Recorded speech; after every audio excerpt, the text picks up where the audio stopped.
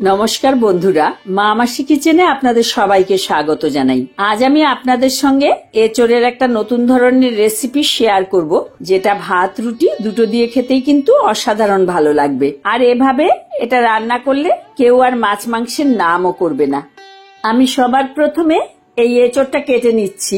এই রান্নাটা করার জন্য একটু বড় বড় চৌকো টুকরো করে এঁচোড় কেটে নিতে হবে। আমি একটা কচি এঁচোড় নিয়ে নিয়েছি। কচি এঁচোড় দিয়ে এটা ভালো রান্না হবে। আপনারা যদি পুষ্ট এঁচোড় নেন তাহলে বীজের অংশটা আলাদা করে নিলে ভালো হবে। এই এঁচোড় কাটার পদ্ধতি আমি কিন্তু অনেকবার আমার ভিডিওতে দেখিয়েছি।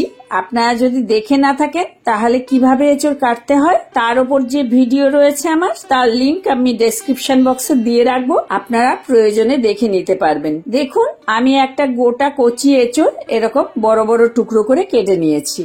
আমি একটা প্রেসার কুকারে খানিকটা জল নিয়ে তাতে আধা চা চামচ মতো হলুদ গুঁড়ো মিশিয়ে নিয়েছি। এই হলুদ গুঁড়ো জলে কেটে রাখা এঁচোড়গুলো দিয়ে সিদ্ধ করে নেব। দুটো সিটি দিলেই হয়ে যাবে। এঁচোড়গুলো সিদ্ধ হয়ে যাবার পরে জল থেকে তুলে খুব ভালো করে জল ঝরিয়ে নিয়েছি। এবার এই এঁচোড়গুলোকে ম্যারিনেট করে রাখবো। তার জন্য একে একে দিয়ে দেব আধা চা চামচ বা স্বাদ মতো নুন, আধা চা চামচ হলুদ গুঁড়ো, আধা চা চামচ লঙ্কা গুঁড়ো আর আধা চা চামচের থেকে একটু বেশি চিকেন মশলা গুঁড়ো, 1 টেবিল চামচ পেঁয়াজ বাটা, আধা চা চামচ রসুন বাটা, আধা চা চামচ আদা বাটা আর সঙ্গে একটা ডিম।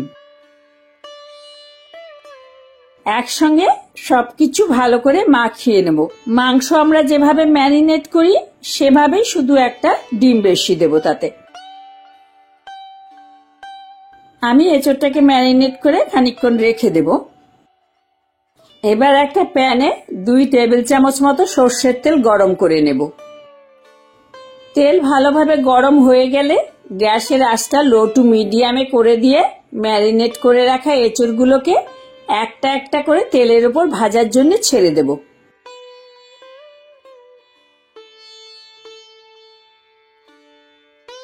এখন গ্যাসের আঁচটা মিডিয়াম হাইতে রেখে এঁচোড়গুলোকে ভেজে নেব। খুব লো আঁচে বেশিক্ষণ ধরে কিন্তু ভাজতে হবে না, কারণ এঁচোড় অলরেডি সেদ্ধ করাই আছে। বেশিক্ষণ ভাজলে ভালো হবে না।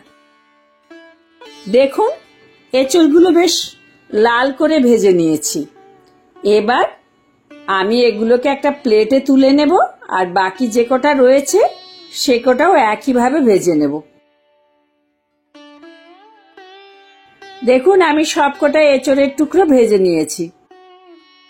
এবার প্যানে আরো 2 টেবিল চামচ মতো সর্ষের তেল দিয়ে গরম করে নেব। তেল গরম হয়ে গেলে প্রথমে আধা চা চামচ চিনি দিয়ে দেব আর ফোড়নের জন্য দিয়ে দেব ছোট এলাচ, লবঙ্গ আর দারচিনি।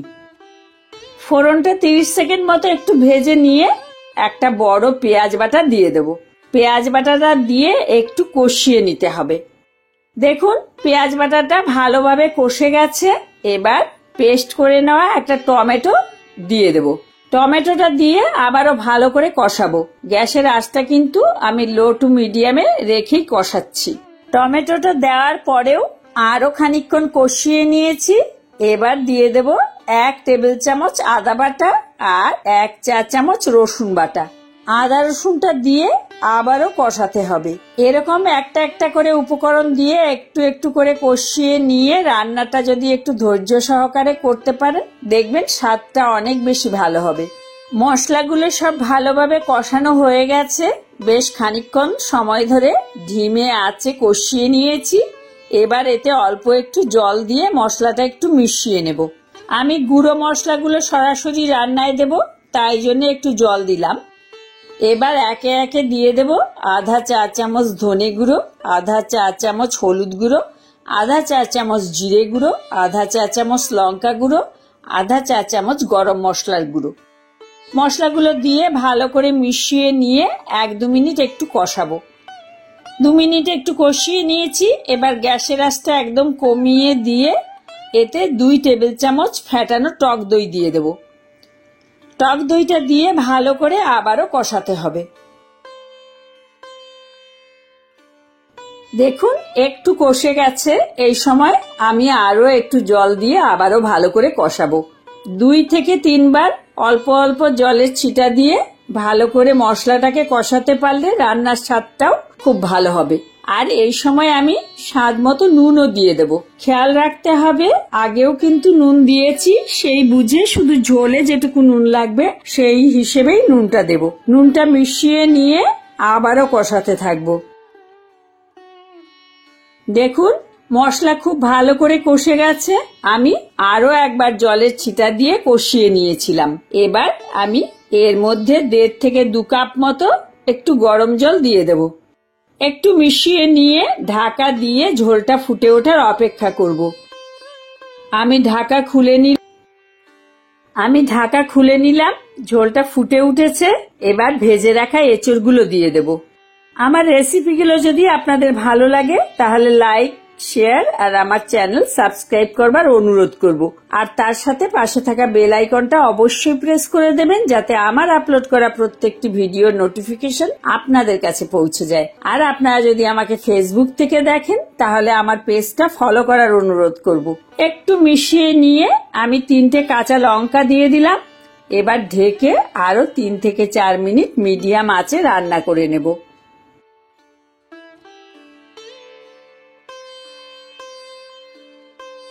আমি 4 মিনিট মতো রান্না করে নিয়েছি। এবার ঢাকাটা খুলে নিলাম। ঝোলটা খানিকটা টেনে গেছে আর ঝোলের স্বাদটাও কিন্তু ভালো করে এঁচড়ের ভেতরে ঢুকে গেছে। আপনারা চাইলে এর মধ্যে আলুও দিতে পারেন বড় বড় টুকরো করে। আমি আর আলু দিলাম না। এখন আমি এর মধ্যে 1 টেবিল চামচ গাওয়া ঘি দিয়ে দেব। এবার একটু মিশিয়ে নিলেই আমার রান্নাটা মোটামুটি রেডি হয়ে যাবে। আপনারা এভাবে কেউ রান্না করেন কিনা আমাকে কমেন্ট করে অবশ্যই জানাবেন।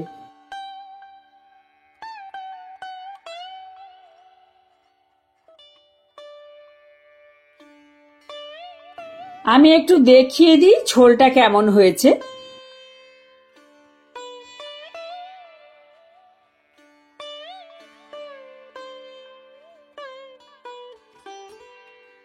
রান্নার পর আমি ঢেকে রেখে দিয়েছিলাম রান্নাটাকে।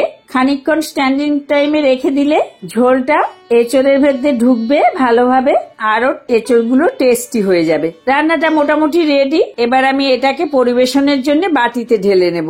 এভাবে রান্না না করে থাকলে অবশ্যই একবার এভাবে রান্না করে দেখুন। নিজেও ভালোবেসে খাবেন, অন্যরাও কিন্তু আপনার এই রান্না খেয়ে খুবই প্রশংসা করবে।